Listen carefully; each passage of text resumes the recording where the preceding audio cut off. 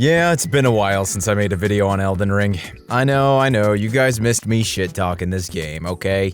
Well, don't worry, I'm back with a vengeance, because there's something I finally wanted to discuss with you all about Elden Ring that I surprisingly never talked about much, and that thing is Spirit Ashes. Man, these things... God, I just don't like them. And I say that I don't like them due to a couple of different reasons. See, From Software games have always been challenging you and your hard-earned title as a master gamer. That's unfair! 2 against 1 so early on in the game. What the? He's got me! He's devouring me! Yeah! If you're able to complete one from start to finish, you can always view it as a great accomplishment. Because doing so is no easy feat. Hell, as popular as Elden Ring is, considering only 18.2% of players actually finished the game on Steam, I think that's a testament to this series' difficulty. With Elden Ring specifically though, the whole core of the game's mechanics change because of Spirit Ashes. Bosses are allowed to be 10 times more aggressive than ever before, and the only real tool to help mitigate this aggressiveness are the Spirit Ashes.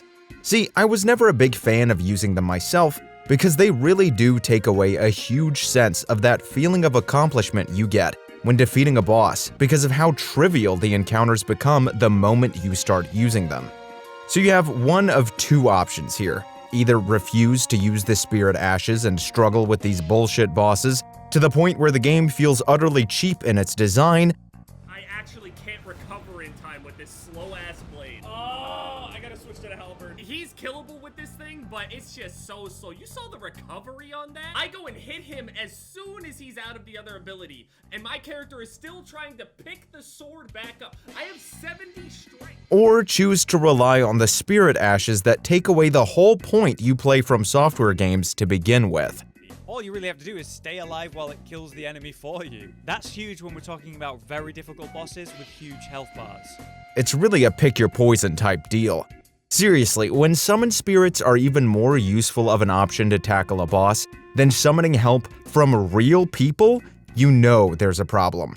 In multiplayer, depending on how many players you summon before tackling a boss, the boss's health will adjust accordingly, therefore making it a tougher, more difficult fight by extension.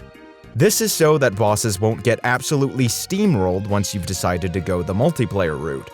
The same does not apply for Spirit Ashes.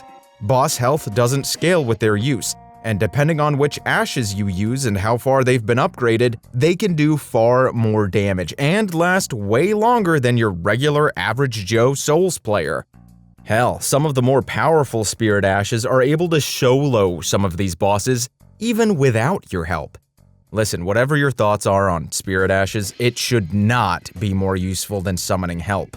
Multiplayer should be the option you go toward as a last resort, not Spirit Ashes. And they should not be able to solo bosses on their own without you having to lift a single finger. And I don't care how good the Spirit Ash is or how far the players upgraded them. Well, okay, quick, so how do you fix the problem? Well, it's a bit of a hard problem to fix because of how deeply ingrained Spirit Ashes have been made within this game's boss design. It'd be different if they were a tool that required some semblance of skill to use, or something you have to learn and become better with. Cuphead, which I've been playing through recently, is a great example of giving the player skill-based tools that you can use to make the bosses an easier experience without making the boss an absolute snorefest, or stealing that feeling of accomplishment from overcoming them from you. With the Howling Aces fight, I was having trouble where the camera flips sideways and your controls change, all the while these cars are coming at you to smack you around, and I was getting messed up by that portion of the fight. Well, instead of just letting my Spirit Ash do all the work for me, I remembered that there was a special in Cuphead that grants you a period of invulnerability for several seconds before going away. I made sure to save my special for that portion of the fight, then right before the car was about to hit me, boom, I popped it and focused on dealing straight up big damage for that portion of the fight.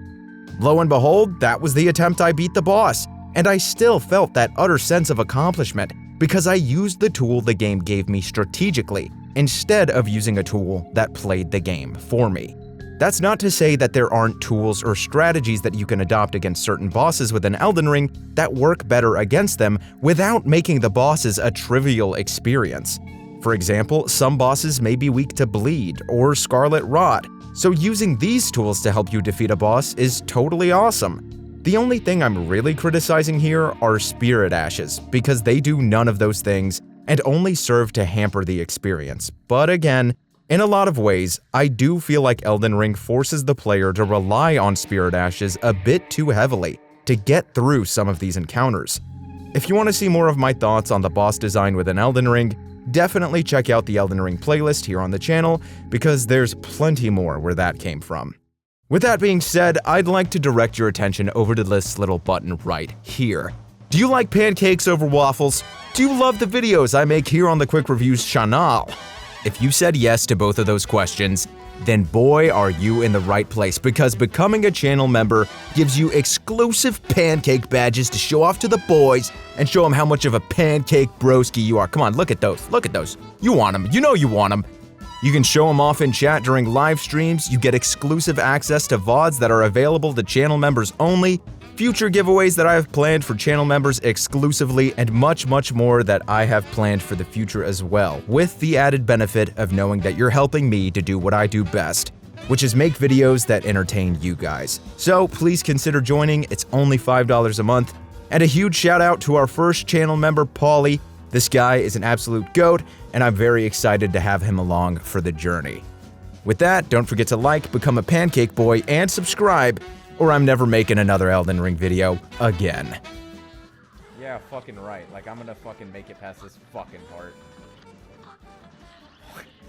I spit on this boss. That's how I feel about him. That's how I just fucked up my special. Kill me. Just go ahead and kill me now! Kill me now.